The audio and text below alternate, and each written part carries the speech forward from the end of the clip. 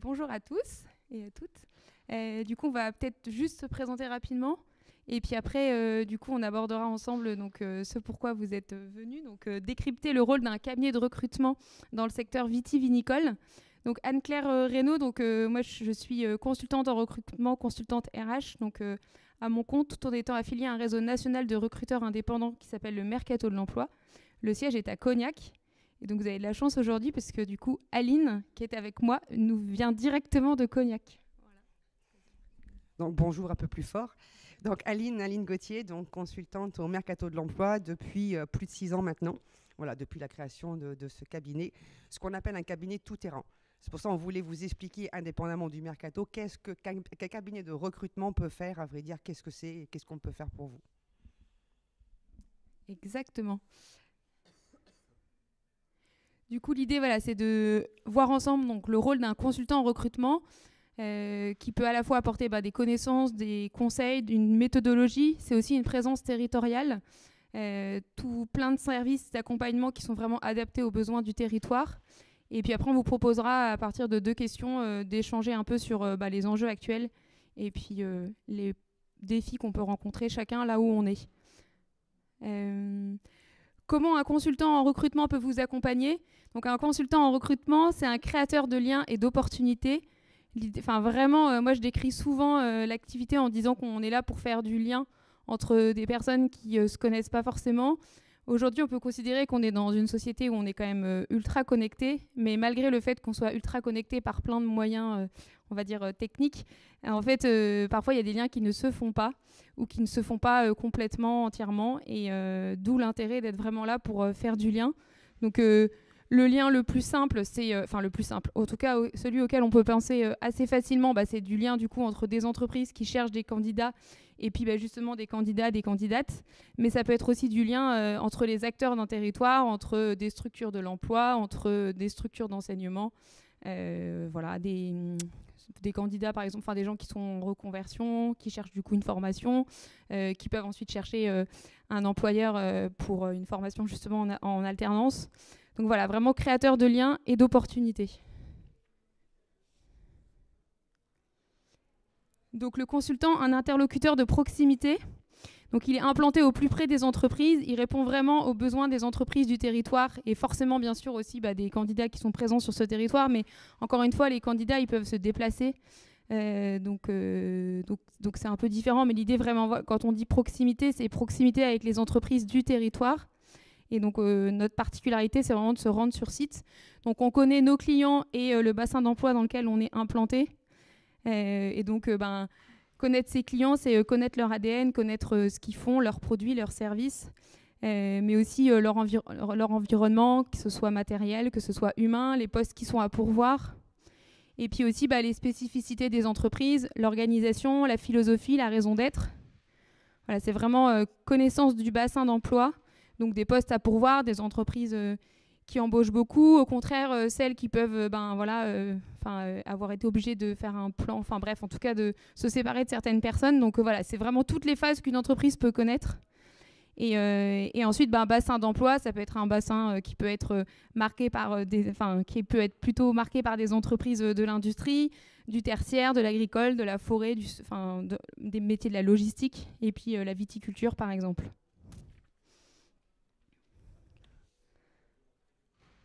Donc le consultant, il connaît le langage et les réseaux du monde de l'emploi. Et donc qu'est-ce qu'on appelle par langage et réseau du monde de l'emploi ? Donc tout simplement, ça peut être l'art du copywriting et du storytelling, c'est-à-dire le copywriting, c'est en fait tout simplement être capable de mettre en musique une offre d'emploi, en tout cas de bien rédiger pour que la personne ait envie de rejoindre l'entreprise. C'est vraiment faire la publicité, entre guillemets, dans le sens positif du terme, d'une entreprise, de sa manière de travailler, d'intégrer ses collaborateurs. Et puis c'est aussi ce qu'on appelle mettre en valeur le storytelling, c'est-à-dire raconter une histoire. Donc derrière, en fait, c'est faire en sorte que les gens puissent se projeter. Donc voilà, c'est maîtriser ces 2 arts-là, on va dire, entre guillemets. Mais aussi, les réseaux du monde de l'emploi, c'est tous les job boards, toutes les plateformes, les sites spécialisés de l'emploi. Souvent, il y a des sites qui sont spécialisés par grands métiers, mais aussi par type de statut. Typiquement, vous devez connaître l'APEC pour les cadres, c'est un exemple. Voilà, la technique aussi dont on parle beaucoup, c'est ce qu'on appelle du sourcing, donc c'est comment capter des candidats, avoir un vivier, enfin voilà, l'entretenir, le faire vivre. Et puis après, bien sûr, ce qu'on utilise beaucoup aujourd'hui, c'est tout ce qu'on peut appeler social media, donc tous les réseaux sociaux, à tous les niveaux. Donc voilà, le consultant, il a accès donc à toutes les plateformes et aux CVTech qui sont pertinentes. Et à chaque fois, on a accès du coup à une multitude d'outils à un coût qui a été négocié. Donc c'est ça l'intérêt pour une entreprise, c'est qu'en fait, on offre finalement une multitude d'outils, quoi. Les CVTech, je pense que ça parle à tout le monde, mais juste en petit rappel, tout simplement, en fait, une CVTech, un candidat qui cherche un emploi, du coup, peut s'inscrire de manière gratuite sur une CVTech. Donc, en fait, il dépose son CV en ligne. Ensuite, à partir du CV, en fait, il y a des mots-clés qui ressortent du coup du CV. Et quand, en tant que consultant, on va consulter une CVTech, en fait, on va faire une recherche par mots-clés, par métier, par compétences. Et il y a des candidats qui vont ressortir. Et aussi, on peut avoir des critères de recherche spécifiques, comme par exemple le fait qu'on cherche des CV pour lesquels, qui ont été mis à jour, par exemple, depuis moins d'un mois sur la plateforme. Donc on peut considérer que ces personnes potentiellement sont encore à la recherche d'un poste. Voilà. Donc, des petits exemples du coup de plateformes et de sites d'emploi que vous devez tous connaître d'une manière ou d'une autre. Donc bien sûr Indeed qui recense énormément d'offres et qui donne aussi une bonne vision du marché, tout secteur d'activité confondu. Jobble, Talent.com, APEC dont je vous parlais là pour les cadres. VitiJob, Job Agri, Cadre Emploi aussi pour les cadres, Hello Work, où il y a aussi une CVTech qui est associée, Météo Job, France Travail, donc anciennement Pôle Emploi, le Figaro Emploi, Joby Joba, Monster Organic, et puis du coup on vous a mis le site Mercato de l'Emploi, qui recense aussi beaucoup d'offres d'emploi et de CV aussi. Oui, et de CV aussi. Oui, tout à fait. En termes de CVTech, donc les CVTech qu'on utilise, moi que j'utilise régulièrement, en tout cas auxquels on a accès, où il y a surtout ce qui est important en fait, c'est que ce soit des CVTech où il y ait des candidats qui potentiellement pourraient nous intéresser, donc qui sont connus du coup des candidats et où potentiellement les gens ont pu déposer leur CV, donc Région Job, Hello Work, Indeed, CV Aden, VitiJob aussi. Voilà, et puis après bien sûr les réseaux sociaux, principalement LinkedIn, mais Facebook aussi, surtout pour des contrats plutôt temporaires, on va dire, et puis où on cherche vraiment un recrutement très local, où on sait que ce ne sera pas des gens qui vont déménager. Voilà, et puis bien sûr Instagram.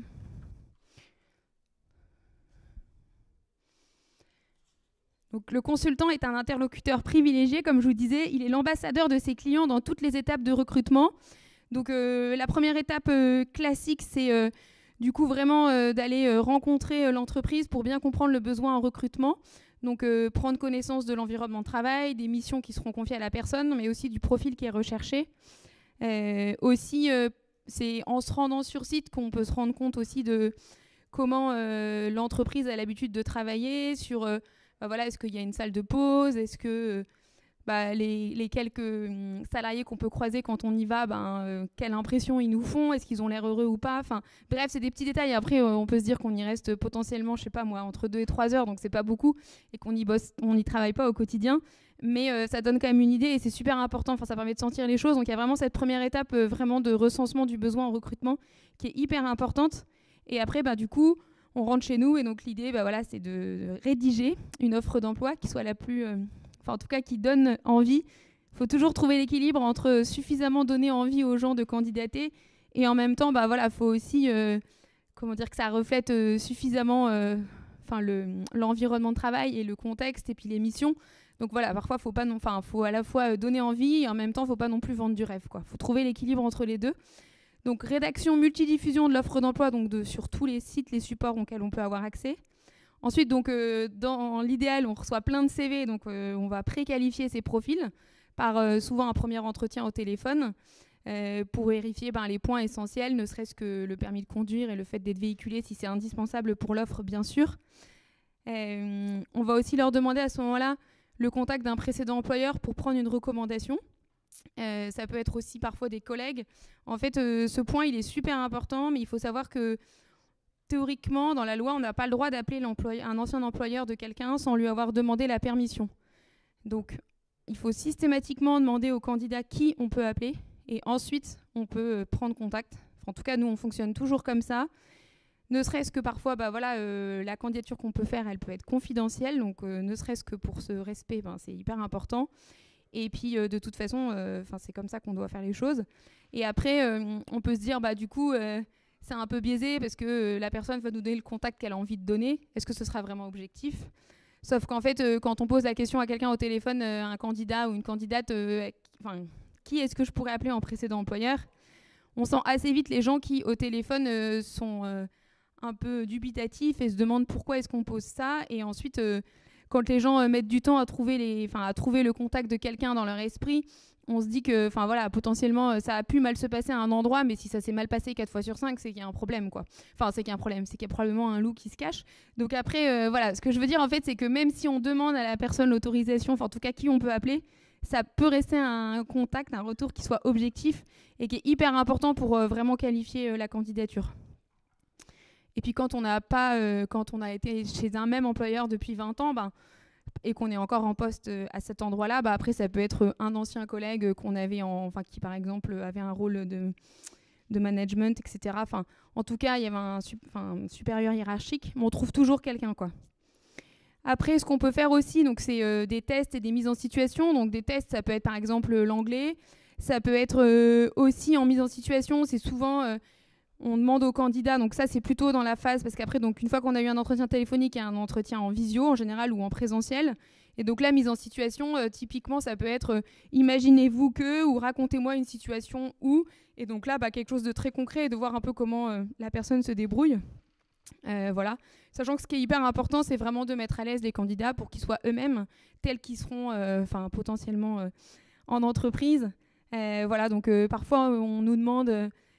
finalement, est-ce qu'un entretien en visio, c'est pertinent et ça peut...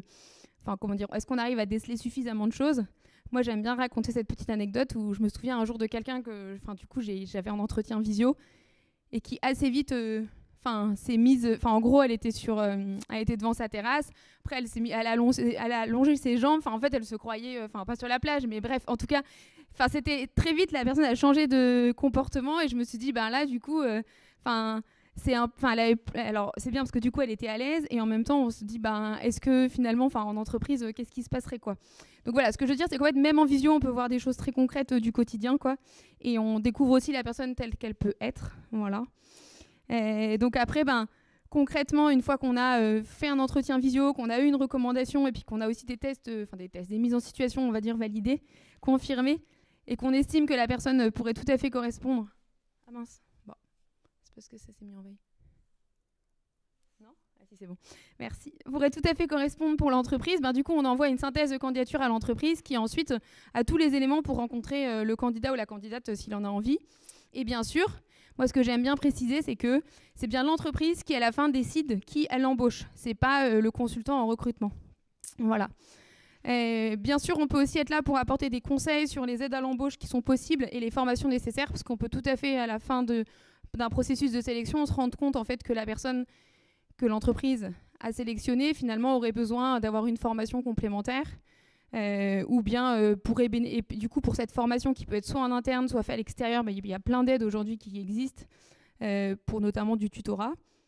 Et puis après, la dernière étape qui est super importante, c'est une fois que la personne a démarré en entreprise, c'est suivre l'intégration, donc c'est ce qu'on appelle l'onboarding. Donc c'est à la fois faire le point avec l'entreprise, mais aussi faire le point avec la personne nouvellement embauchée, et puis oser poser un peu des questions pour savoir si tout se passe bien, et puis bien dire aussi qu'on reste présent et dispo s'il y a besoin. Et c'est une étape qui est super importante.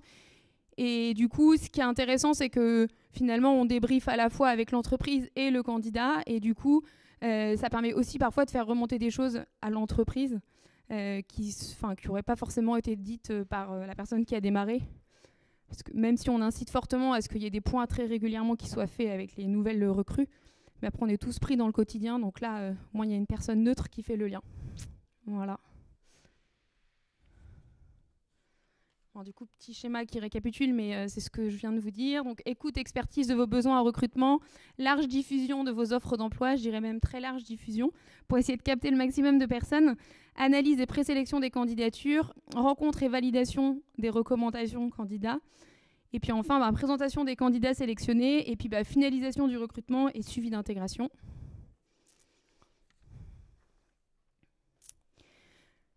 Donc le consultant, c'est aussi un conseil spécialisé en matière de structuration des RH et de recrutement, tout comme une entreprise fait appel à un expert comptable, à un informaticien, un juriste, chacun dans son domaine.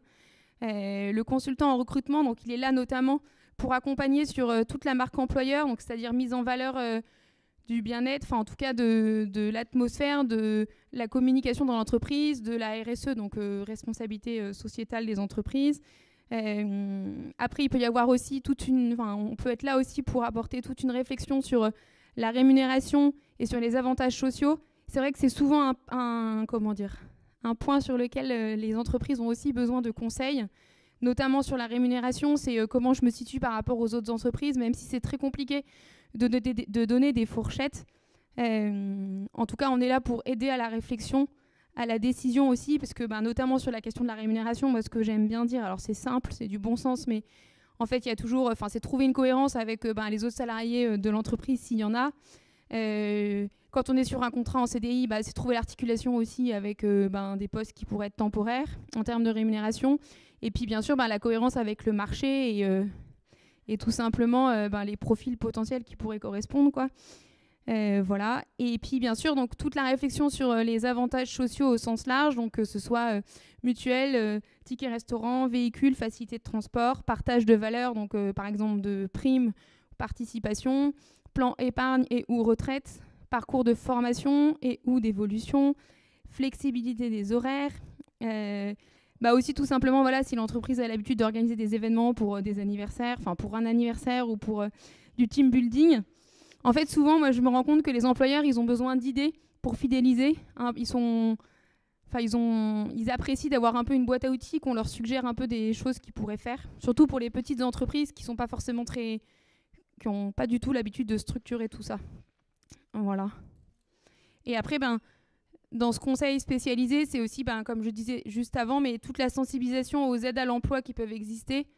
Que ce soit pour les seniors, les juniors, tout le monde du handicap, mais aussi les POEI, je ne sais pas si ça vous parle, via France Travail. Voilà. Mettre en place des plans de formation, faire le lien aussi avec les OPCO, donc les organismes de formation, les fonds de formation, pardon. Et alors, le consultant, c'est aussi donc le référent des candidats. Et ce qu'on tient vraiment à souligner, c'est qu'on accompagne donc gratuitement tous les candidats qui frappent à notre porte. Voilà, parce que moi, j'ai eu récemment beaucoup de questions, plusieurs fois des gens qui m'ont dit « mais est-ce que je vous dois quelque chose ?» Alors du coup, je leur dis « non, en fait, on est rémunéré uniquement par les entreprises. » Alors ça peut vous paraître du bon sens, mais c'est toujours mieux de le dire. Donc on accompagne gratuitement, que ce soit des jeunes, des demandeurs d'emploi, des personnes en reconversion. Et donc du coup, quand on les accompagne, qu'est-ce qu'on leur propose ? Tout simplement de reprendre un peu ensemble le CV s'il y a besoin. Parfois, on leur conseille de remettre telle ou telle chose. Typiquement, il y a un peu le débat de CV avec ou sans photo. Sachant que, là, moi, récemment, j'ai une entreprise qui m'a dit « Est-ce que vous pourriez redemander à tel candidat de nous envoyer une photo de lui ?» Donc, j'allais pas lui dire « Vous pouvez m'envoyer une photo de vous ?» Je lui ai dit « Est-ce que vous pourriez me renvoyer votre CV avec une photo ?» Et voilà, c'est un petit détail, mais voilà, c'est... Et souvent, les candidats, ils ont besoin d'être rassurés, en fait. Donc, et aussi, parfois, ils sont contents d'avoir une oreille attentive. Donc, bien sûr aussi, on peut reprendre ensemble une lettre de motivation, même si les lettres de motivation, c'est plus forcément demandé systématiquement. Moi, je sais que c'est pas forcément quelque chose qu'on demande systématiquement. Voilà. Et puis après, bien sûr, du conseil sur la posture lors des entretiens. Pour les candidats en reconversion, c'est très souvent qu'on nous demande j'aimerais faire ça, qu'est-ce que je peux faire comme formation, ou bien j'aimerais monter en compétences, est-ce que vous pensez qu'il faudrait plutôt que je vise tel ou tel poste, voilà. Et puis après c'est aussi finalement être vraiment être suffisamment visible vis-à-vis des candidats pour vraiment avoir un vivier de talent et pouvoir justement le solliciter quand on a des demandes. Donc voilà, c'est entretenir ce vivier de talent qui est en quête de projets professionnels.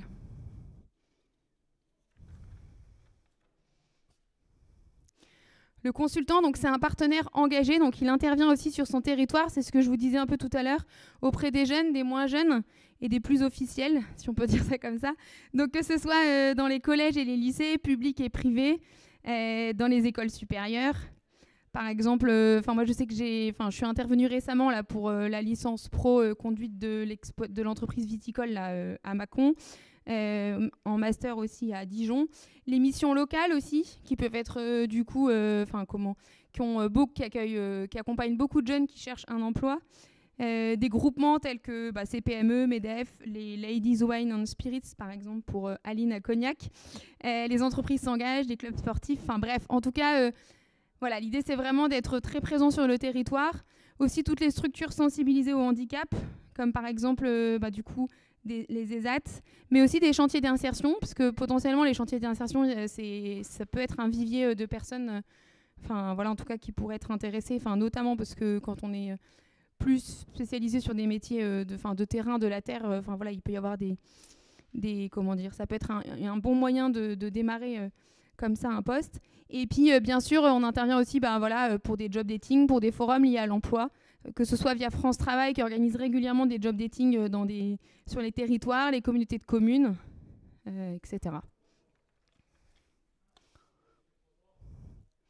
Donc, on voulait juste après rezoomer un peu sur le mercato de l'emploi en tant que cabinet de recrutement tout terrain, entre guillemets, ou pas entre guillemets. Bref, en tout cas, le mercato de l'emploi, donc, ça a été créé en terre cognatiaise, donc à Cognac en 2016, suite à un vrai besoin terrain. En fait, c'était des employeurs qui du coup s'étaient rendus compte que ils avaient accès à des outils où ils pouvaient déposer des CV, plutôt aller voir des CV et déposer des offres, mais qu'en fait malgré les outils ça suffisait pas. C'est pas pour ça qu'en fait ils trouvaient plus de candidats. Et donc finalement au départ c'était vraiment une plateforme de mise en relation de candidats et entreprises. Et ensuite donc ils ont créé ce métier de consultant en recrutement, recruteur indépendant pour vraiment faire du lien entre des entreprises et des candidats. Donc ça répond vraiment à un besoin terrain. C'est donc à la fois des outils digitaux, mais vraiment avant tout quand même de l'humain. Et donc du digital à l'humain, donc ça a été créé au départ cette plateforme en 2016, et c'est à partir de janvier 2019 que les premiers consultants sont arrivés. Donc Aline est la toute première consultante quand même du réseau. Et donc il y a eu une levée de fonds qui avait eu lieu en 2022 pour accélérer le développement. Et donc on est plus de 500 consultants en recrutement en 2025. Donc on est, quand on dit 500, donc c'est sur toute la France confondue, tout secteur d'activité confondu. On n'est pas beaucoup à être spécialisé en Viti Agri, donc avec Aline on l'est.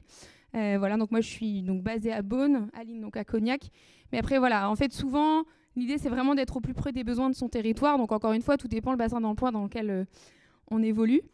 Et donc nous sommes on se base vraiment donc sur une méthodologie RH innovante et agile avec une forte stratégie digitale, avec bien sûr de la proximité et de l'engagement.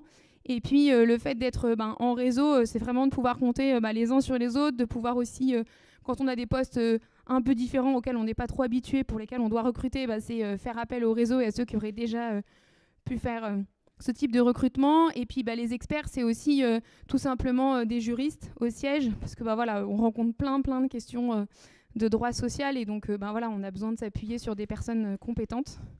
Voilà, et le réseau fait partie aussi de la communauté des entreprises à mission. Donc voilà, c'est vraiment un accompagnement personnalisé pour tous vos recrutements, des solutions d'accompagnement qui sont vraiment sur mesure.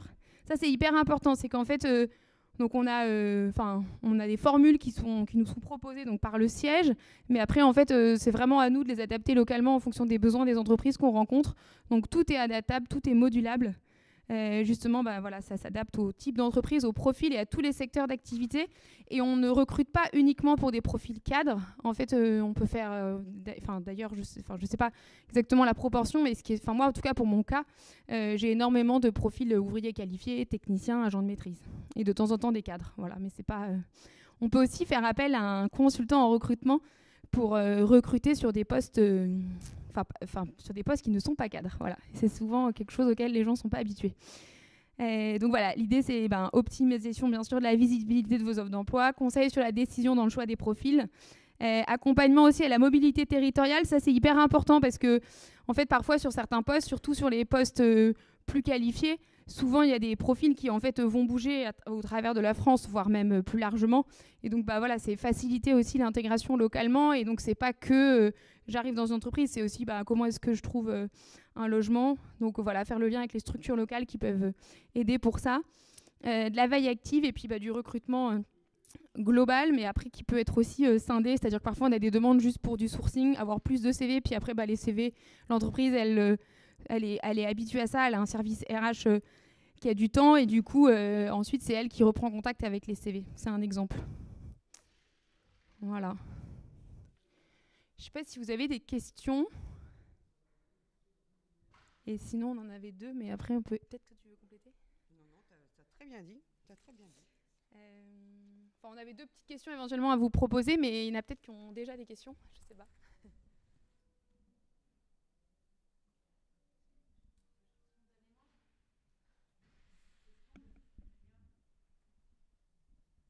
Avec France Travail. On est partenaire. Vous êtes partenaire, donc vous envoyez aussi des candidats, des offres. Tout à fait, on est partenaire. On fait des points régulièrement aussi. Ils ont nos offres aussi, donc éventuellement on a des candidats aussi via France Travail. Donc voilà, le but c'est, on a le même but en soi quelque part, c'est de débloquer les situations du candidat et des entreprises. Donc c'est la plateforme qu'on utilise et oui, même là bientôt on va même faire des job dating directement chez eux aussi. En ce moment, notamment dans le Cognacé, où c'est un peu plus compliqué. C'est vrai que moi j'ai souvent été invitée par France Travail pour participer à leurs job dating locaux, quoi. Donc ça se fait assez facilement et pour le coup le lien il est à la fois parce que chez France Travail il y a les conseillers entreprises puis les conseillers candidats, quoi. Et pour le coup moi j'ai souvent été plutôt contactée par les conseillers entreprises que les conseillers candidats, quoi, entre guillemets. Mais en fait dans les 2 cas le lien il se fait, quoi, et assez naturellement. Mais par contre ce qui est sûr c'est qu'en fait au départ, quand on s'installe sur un territoire, ça fait partie des premières personnes qu'on va rencontrer pour se présenter et expliquer un peu aussi comment est-ce qu'on fonctionne. Et ça, moi, je sais qu'on m'avait vraiment encouragée du coup à faire ça quand j'ai démarré, donc il y a 4 ans. Et je pense que c'est quand même super important. Voilà. Et pareil aussi sur... parfois on dit allez vous présenter aux mairies du coin, en tout cas parce qu'en fait il y a des gens auxquels on pense pas forcément mais en fait qui peuvent très bien un jour croiser quelqu'un et du coup c'est comme ça qu'on se fait aussi, qu'on est reconnu, en tout cas que on peut potentiellement penser à nous sur un territoire. En fait je pense que par rapport à France Travail l'enjeu il est tellement important et qu'en fait finalement on est là pour se compléter les uns les autres, quoi. Et parfois aussi pour des soit ils ont des entreprises où du coup ils sont un peu démunis, en tout cas c'est compliqué. Et puis après, côté candidat, ils sont toujours contents de pouvoir proposer davantage d'offres. Donc finalement, les offres qu'on propose, elles viennent enrichir leur pool d'offres, quoi. Mais c'est une très bonne question.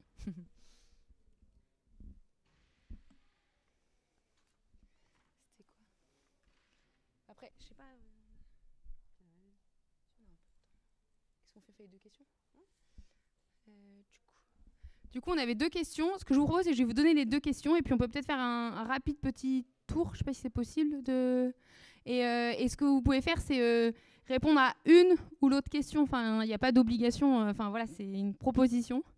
Quel est votre principal défi quand vous recrutez ? Et puis, est-ce que vous avez un préjugé sur le rôle d'un cabinet de recrutement ? Voilà, c'est une idée, quoi. Je sais pas. Je sais pas s'il y en a qui veulent... Vous n'avez pas du tout d'avis. Non, je sais pas.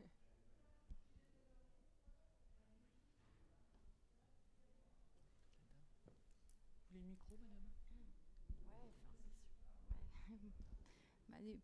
Les préjugés, alors bon, là c'était très bien expliqué, on entend ? Oui. On entend. C'est très bien expliqué, mais des préjugés, oui, un peu, parce que parfois on a l'impression que le cabinet de recrutement il fait un peu boîte aux lettres.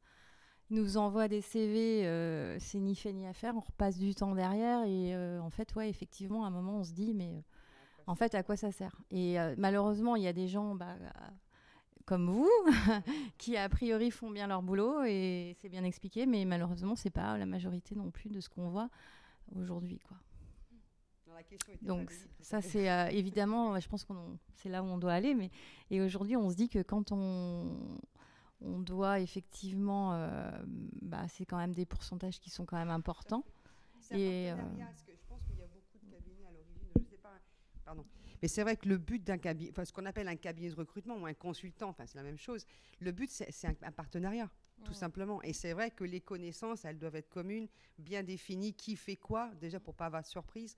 Donc oui, je pense que la connaissance en amont, avant de commencer tout travail ensemble, est pour moi d'autant plus importante. Pour moi, c'est la moitié du travail qui est fait, entre guillemets, de se connaître l'un l'autre avant de commencer le travail. Tout à fait.